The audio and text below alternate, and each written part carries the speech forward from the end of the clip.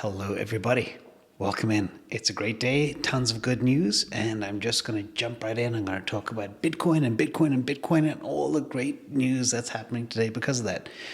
So without further ado, in math we trust. I love all the comments about this special die. I'm surprised so many of you know what it is. Anyway, super interesting. As always, not investment advice, just entertainment and the things I see out there in the marketplace. So first of all, let's jump right in and talk about the Fed meeting today. What was really interesting about this is all of the numbers they projected.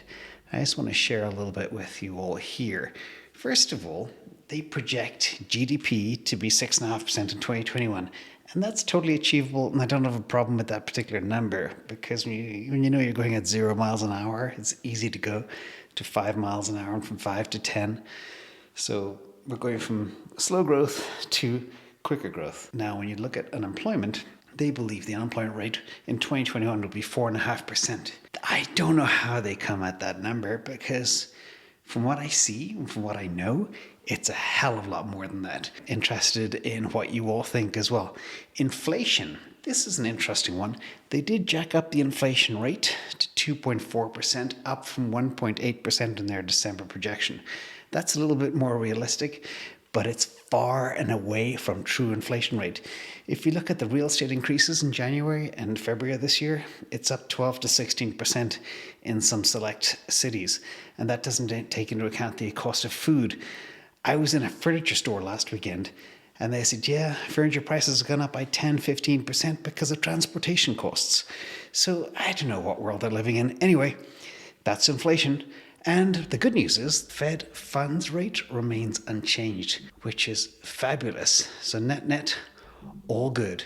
And that means we're off to the races. So here we are. Bitcoin reacted immediately. Now, I don't know if it's the stimulus checks that people are using to buy Bitcoin or the FOMC news, but Bitcoin went up over $4,000 in 11 hours, which is great. And in fact, as we're talking here, it's hitting nearly $58,500, which is a nice round number. So the market was good today. Not only did we see cryptos going up, but also MicroStrategy up by 50 points, Tesla up by 25 points, and many other good names bounced very nicely. So lots of good news there. Now let's talk a little bit more about the breakout and what's actually going on. Some of the news picked up that Bitcoin is surging right after the Fed meeting, but it's actually on the way up before that. But there's a whole bunch of other good news all happening at once. So first of all, the Fed, they calmed the markets. As I said, Bitcoin is up over $4,000 in 11 hours. Visa has decided to jump in with both feet, not only to be able to allow Bitcoin to be purchased with Visa cards, but also to allow Bitcoin to be used for purchases. So again, it goes both ways. Just like what PayPal is planning, Visa are trying to play catch up. And of course, we'll talk a bit about the Morgan Stanley news as well. All fascinating. Morgan Stanley. Here we are. So the big takeaway from this is Morgan Stanley came out today, a very old traditional bank, saying, yes, we have crossed a threshold. They believe now that Bitcoin is an investable asset class. It has the four key elements. Think of it as like a four-legged stool that they need. Regulation, liquidity, products for on-ramps, and tons of investor interest. So as far as they're concerned, it's game on, which is great. They also said to manage cash, it requires some diversification, and they see Bitcoin as a critical diversifier for people that hold a lot of cash, which is great to hear. But of course, they did temper the temperature in the room by saying there are, of course, risks with Bitcoin, but all good. Now, there is something else which is kind of funny. Being the true altruists that Morgan Stanley are, you need to be a customer with at least 2 million in assets to be able to dabble in Bitcoin. And if you're a new customer that wants to get access to what they are offering, you need to bring 5 million to the firm. So I'm there like, it's kind of weird. You know, such a huge deposit required to get access to Bitcoin. Why don't they just get a freaking Square account or PayPal account or something like that? There's so many people out there that still don't know how to get access to Bitcoin. They don't know how to get a Coinbase account or any other type of account. Anyway, it's insane, but that will attract an awful lot of money to this asset class, no doubt, because I'm sure there's people that are 50, 60 years of age with millions of dollars with Morgan Stanley, and they say, okay, give me a piece of that, move 2% of my holdings into Bitcoin, move 5%, whatever you reckon. And that's what they'd be recommending. So again, more floods of money coming. The wall of money, the tsunami, whatever you want to call it, is coming, and it's getting bigger and bigger. Now, just to counterbalance all the Morgan Stanley excitement, we have Bank of America.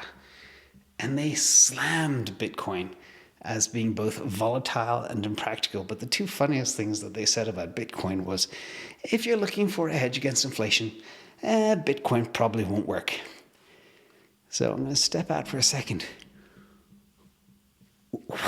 What analyst is in Bank of America right now, and do they have no clue what's happened over the past 11, 12 years when they compare the purchasing power of Bitcoin to the purchasing power of the dollar to the purchasing power of gold? I mean, is this person in a cave? For them to say it's not a hedge against inflation, they have an issue. And of course, if you're worried about the climate change, it's a problematic asset. So again, it's been said that over 62% of all Bitcoin mining is fueled by renewable energy. So I don't know what they're talking about. And if anything, the Bitcoin mining movement is actually accelerating the green and renewable energy movement as well. So that's Bank of America. It just shows you, I always like to see two sides of every argument. You've got Morgan Stanley, Visa jumping in with both feet, and you got Bank of America still in the dark ages. So who do you want to bank with? Anyway, become your own bank with Bitcoin. You won't need any of these people anymore anyway. So Mike Novogratz, he just announced that he was buying even more Bitcoin at 56.5K. So talk about buying the dip. These are people with a lot of Bitcoin, and they are still buying because they believe it's still super cheap. So again, another super bullish sign. Guys with big bags, has been buying Bitcoin for years and years, is still buying at this price and will be buying further into the future. So a quick comment as well on CryptoQuant that misfired a whale alert. They made a mistake.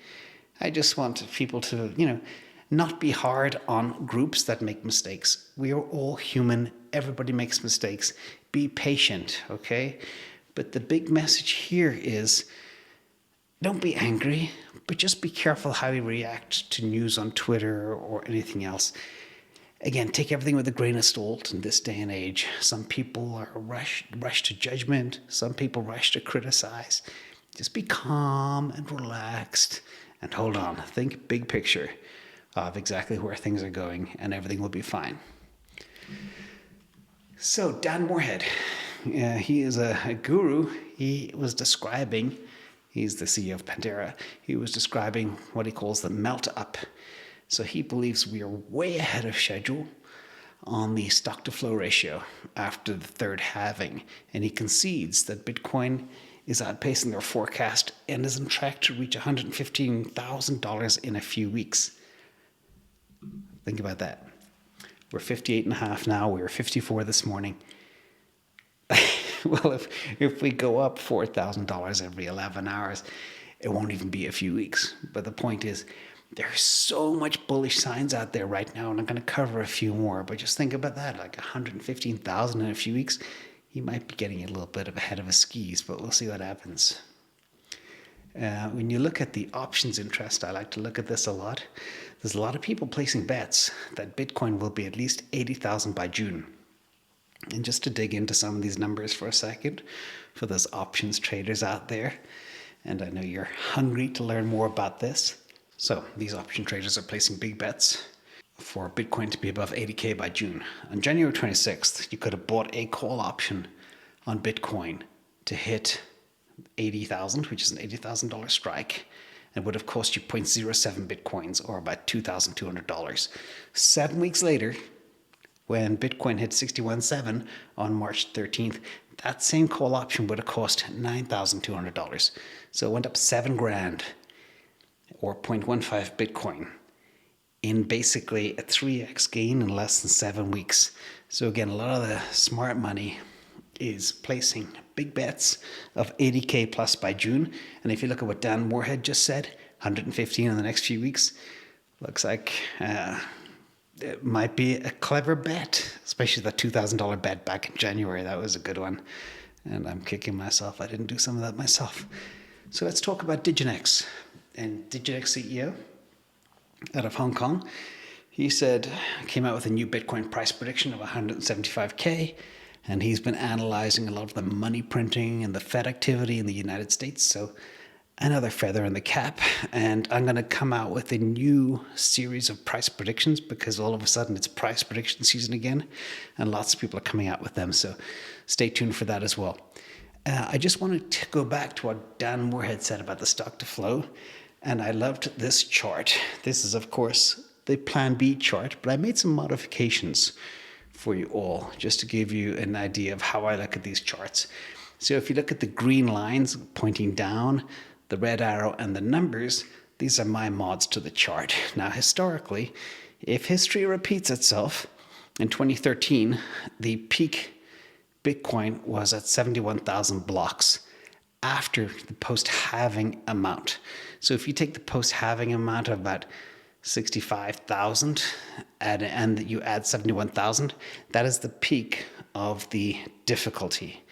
In 2017, it was 81,000. Now, what I tried to do is pull that back because you can see the peaks are getting lower despite the mining difficulty going up. And also the halving level mining difficulty was also down. So I put a line through those mining difficulties. So according to this, although many say we're looking at a peak by September to October, and the stock to flow and the S2FX all say between $100,000 and $288,000 Bitcoin. But according to this chart that I modified, looking at the hash rate, the difficulty, that would give me a 40 plus a 75, which would be about $115,000 would be the level that we'd be looking at. Again, in that time frame, somewhere around October or September of this year. Again, just playing with charts, adding my mods to see what we come up with. In a little bit of good news, the IRS has delayed the tax deadline for people in the United States. I know a lot of people watch this channel are in the US, so we now have another month to put our tax returns together. If you are in Oklahoma and Texas, because of power outages, you have until June 15th. And what both of these mean as well, you have the ability to still contribute to IRA for the year 2020 up until that time frame of June. And I know a lot of you are looking for tax advantage shelters for your Bitcoin asset purchases. So just a little bit of information there if you want to sock away some money that you have left over in a tax deferred vehicle and you haven't maxed out your IRA or whatever equivalent is. And I'm not sure if this is the same in Europe, but check it out. Who knows? Maybe it could be a good way to sock away some more money. And as usual, quick conclusion, quick video today. Bitcoin is as bullish as ever. The FUD continues. So like banks like Bank of America, I mean, oh my God, if I worked there, I just want to bury my head in the sand. And the big banks are rolling in. Morgan Stanley was the first to expect a whole bunch to follow over the coming weeks. And the big thing about the Morgan Stanley news is not their altruistic nature of saying you only need 2 million to play, but it is now a respected asset class. That's the key takeaway here. And over the next few months, Bitcoin should escalate nicely. Right now, it's nearly 59,000. If you're interested in learning more, getting closer access to how we all think, please join the Patreon InvestAnswers community. And if you want more, please like and subscribe.